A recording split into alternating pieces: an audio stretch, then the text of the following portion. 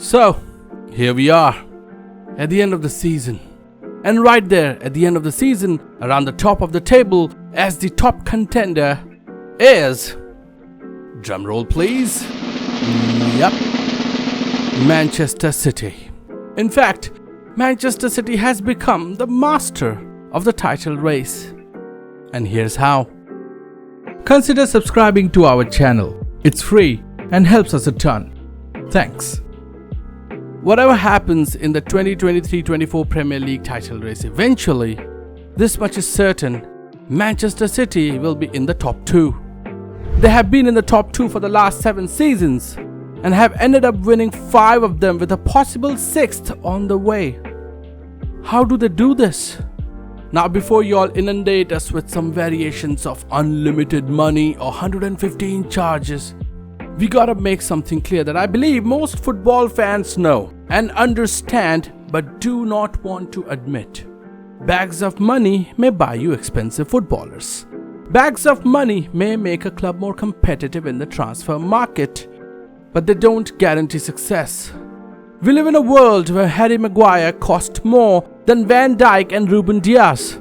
Anthony cost almost double of Bernardo Silva.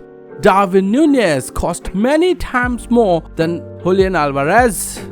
The cost of a player isn't equal to the value of the player to the team.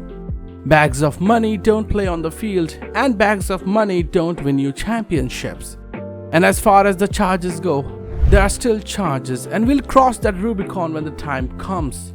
Those charges are out there for the independent commission to hear. At the end of the day, it's the human beings that play on the pitch, and the performance on the day falls solely on their shoulders. So coming back to what we want to talk about in this video, how does Manchester City do it season after season? Even the best teams go through a case of burnout after 1 or 2 successful seasons, especially in an uber-competitive league like the Premier League. Unlike leagues where a singular team has the most resources, like a Bayern Munich in Bundesliga or Juventus in Serie A, and even those empires have finally started crumbling, the Premier League clubs have always had more resources. If Manchester City can spend £1.5 billion on players, so can Manchester United. And clubs like Liverpool and Arsenal aren't far behind. And the competition has only grown in the Premier League with the emergence of clubs like Aston Villa and Brighton performing better and better with each season, and the ever-present Tottenham Hotspurs. What's making City stay in the hunt and win most times? One of the biggest factors, and maybe the only factor, is Pep Guardiola. Whether you like it or not, this is what Pep does. This is what he did in Spain. This is what he did in Germany. And this is what he's doing in England. 3 La Liga titles in 4 seasons, 3 Bundesliga titles in 3 seasons, and now 5 Premier League titles in 7 seasons with a possible 6th in his 8th. That's just an insane record. No team does a league title marathon better than a Pep team. His constant evolution in tactics and man management is unlike any other manager. There may be managers that may fare better than Pep in cup competitions, like someone who loves raising his eyebrows. Not that Pep isn't great at them too, but no one is as good as Pep in a league setting.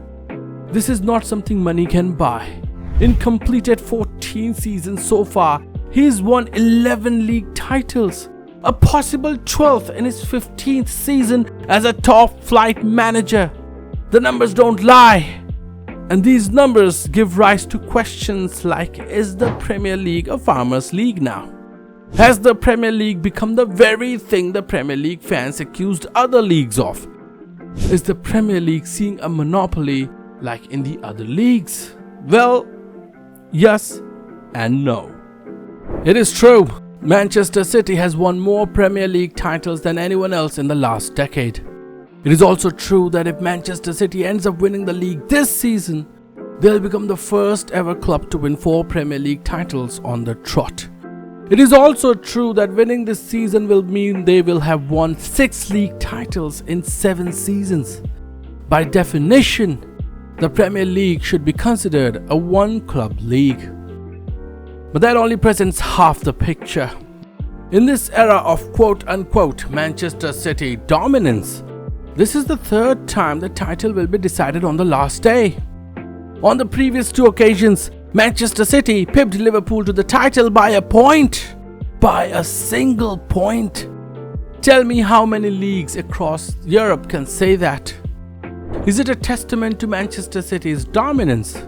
Or is it proof that Manchester City has forced top clubs to raise their game just to stay in the hunt for the league? The average points tally to win the Premier League is now over 90 points. Liverpool lost the league after accruing 97 and 92 points on two separate occasions. And this is not a Manchester City feature. This is a Pep Guardiola team's feature. A Pep team is relentless in its pursuit for not just the league, but excellence. For example, under Pep, Barcelona crossed the 90-point barrier 3 times in 4 seasons. And in one of those seasons, they lost to the Centurions, Real Madrid. In the Bundesliga too, Bayern Munich accrued 91 and 88 points in 2 of his 3 seasons. Keep in mind that a Bundesliga season is 34 instead of 38 games. This is what a Guardiola team does. But unlike in those leagues, the Premier League title races have been much closer. To the point that, as we mentioned earlier, this will be the third time the title will be decided on the last day of the league. The standards of the Premier League have been raised so high that a slip up at any point in the season can feel like handing the league title to Manchester City. They are just that relentless. You know they'll be there at the end of the season. You know they'll go on a run at some point in the season. You know there's almost no margin for error. And if you're a fan of one of their rivals, it can all feel so tiresome. Just the thought of going toe-to-toe with Pep's Manchester City can feel demoralizing for the lot of them. Ask Liverpool and Arsenal how draining that can be. See, at the end of the day, we all can talk about oil money, financial doping, 115 charges, yada yada yada. But being honest means acknowledging the fact that in the end, the performances have to happen on the field. The perceived competitive advantages that Man City has due to their wealth or alleged boardroom shenanigans do not guarantee success on the pitch. Just look across the town. I mean, if we consider Man City's performances from when Mancini was appointed till before Guardiola's appointment, they won 2 league titles in 6 seasons. That's not dominance. And it's not like they did not have the money at that time. If anything, ever since the charges came out, the chances of Man City falling apart were as much, if not more, than them succeeding. Because how do you keep your performances up when there's such a huge cloud hanging over the club's future? You can't deny the passion and aggression with which Manchester City players play the game. You can't deny they don't give their all on the pitch. You know, where the actual trophies are won and lost. You can't deny the genius of Pep. We don't know how the final day of the Premier League season 2023-24 will pan out. We don't know if Manchester City could do the very thinkable, unthinkable. We don't know if Arsenal could do the unthinkable. What we do know is till Pep is at Manchester City, we will be there. We will be there. Good luck. Thank you, guys. Thank you for watching. Like if you liked it, share if you find it worthy, and subscribe. This is Salty Football.